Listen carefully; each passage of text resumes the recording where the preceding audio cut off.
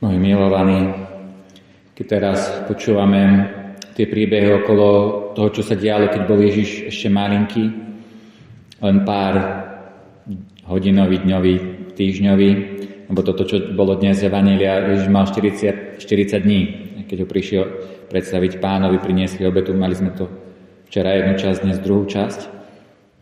A predtým na Vianoc, na Bože narodenie, o tom, ako sa anjeli zjavili pastierom, pastieri išli k Ježišovi. Viete, to všetko, čo spája, alebo jedna vec, ktorá spája všetky tieto udalosti, alebo všetci ľudia robili jednu vec, tú istú, po tom, čo odišli od Ježiša, alebo po tom, čo ho stretli. Viete, aká to je? Velebili Boha. Viete, robili to anjeli, že keď sa zjavil pastierom, hovorí, zvestujeme veľkú radosť, sláva Bohu na výsostiach. Pridal sa k ostatným anjelom, oni oslavovali Boha. Pastieri si povedali, že poďme sa pozrieť, aj videli Ježiša, aj keď nevideli nič kráľovské, hodnostné, ale vrátili sa naspäť k svojmu stádu, velebili Boha. Včera, keď sme počúvali o Simeonovi, tak aj on velebil Boha slovami, teraz prepustíš, Pane, svojho služobníka. Dnes, keď o Anne počúvame, prišla aj ona tú chvíľu, velebila Boha a hovorila o ňom všetkým, čo očakávali vykúpenie Izraela. Viete, to je to, čo sa deje, keď človek naozaj príde do kontaktu s Ježišom. Viete, aj Simeon ho vzal do náručia.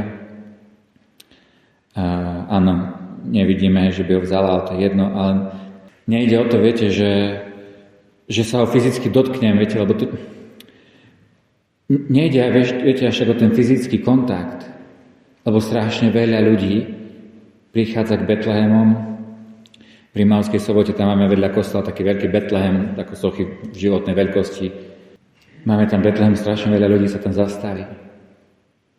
A viete, otázka je, že koľky dovolia Ježišovi, aby sa on ich dotkol. Aby naozaj vstúpil do ich života, aby ho prijali skutočne za Božieho syna. Lebo viete, až keď jemu dovolíme, aby vstúpil, až keď jemu dovolíme, aby bol naozaj našim pánom, až keď prehliadneme to ľudské, že aké krásne dieťatko, nie? Keď niekto kočikuje, nejaká mamka po dedine, desí, po ulici, tak koľky sa predstavia, aké krásne, tak ďalej. Chcem predstaviť, že to tak niektorí mohli prísť aj k Ježišovi, ale viete, potrebujeme prekonať tieto ľudské veci alebo ľudské záležitosti, aké krásne dieťa. A všetci a dneska ešte sneh napadol. To je geniálne, nie? To sú Vianoce. To nie sú Vianoce. Vianoce sú to, že Ježiš prišiel, že prišiel Boží syn preto, aby nás zachránil. Viete, ale až ten kontakt, keď prejdeme tie prirodzené veci, len to, čo vidia oči, alebo to, čo sa páči očiam. Až keď prídeme tak, ako sme počúvali dnes v prvom čítaní, že napísal som vám, deti, poznali ste Otca.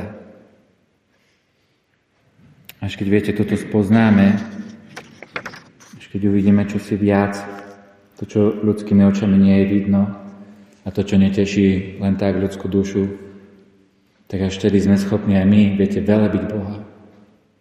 Keď prišli Ježiša predstaviť do chrámu, to nebola súkromná záležitosť, ako to dneska je častokrát s krstom.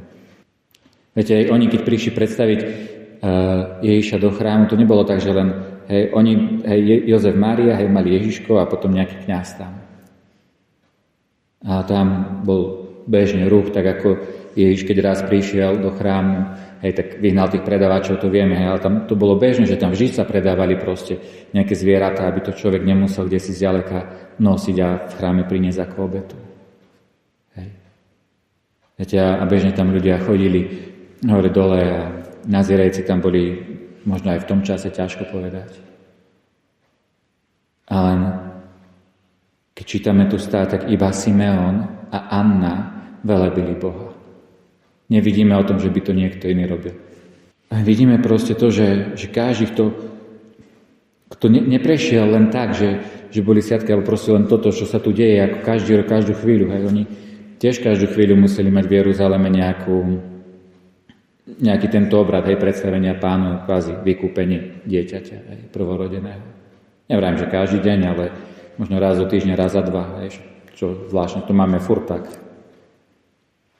Viete, ale tí ľudia, ktorí videli, že Boh zostúpil, a tí, ktorí dovolili, boli citliví na to, túžili potom, že byť s Bohom, tak až iba oni to zažili.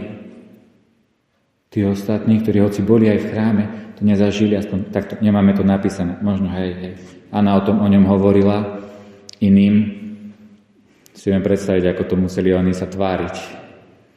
Viete, ako sa tvárime na ulici, keď nás niekto zastaví a chce nám niečo buď ponúknuť, alebo reklamu robí, alebo prieskum, alebo niečo iné. Si viem predstaviť, že oni sa tak tvárili, keď prichádzala k ním Anna a hovorila o ňom. A je dôležité, viete, že aby sme dovolili Ježišovi ako Božiemu synovi, aby on sa nás dotkol, aby vstúpil, aby nám dal zažiť svoju božskú prirodzenosť, to, že on nie je iba malé dieťa, ktoré je krásne a rozkošné. Ale on je o mnoho viac. On je o mnoho krajší ako malé dieťa. On je pôvodca všetkej krásy. A až vtedy je človek schopný velebiť Boha.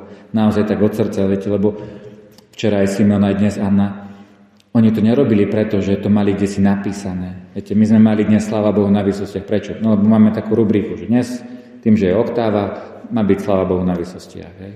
O týždeň v útorok ešte sú traja králi, dobre, ale v pondelok už nebude. Lebo nie je oktáva, viete, ale a vtedy si Boh zaslúži našu oslavu. Viete, oni to nerobili preto, že to mali napísané, ale preto, lebo proste zažili Boha vo svojom živote. A tak ho velebili, a to bolo jedno, sviatok, nesviatok, ráno, večer, obed, to je jedno, čo bolo. To nie je podstatné. Podstatné je to, že tam bol Boh. A preto ho velebili. Lebo zažili aj oni veľké veci, tak ako Mária. Viete, on nás chcem pozvať,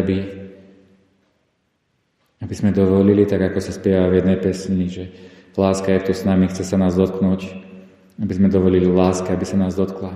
A potom aj my so Simeonom a za mnou velebili Boha. Amen.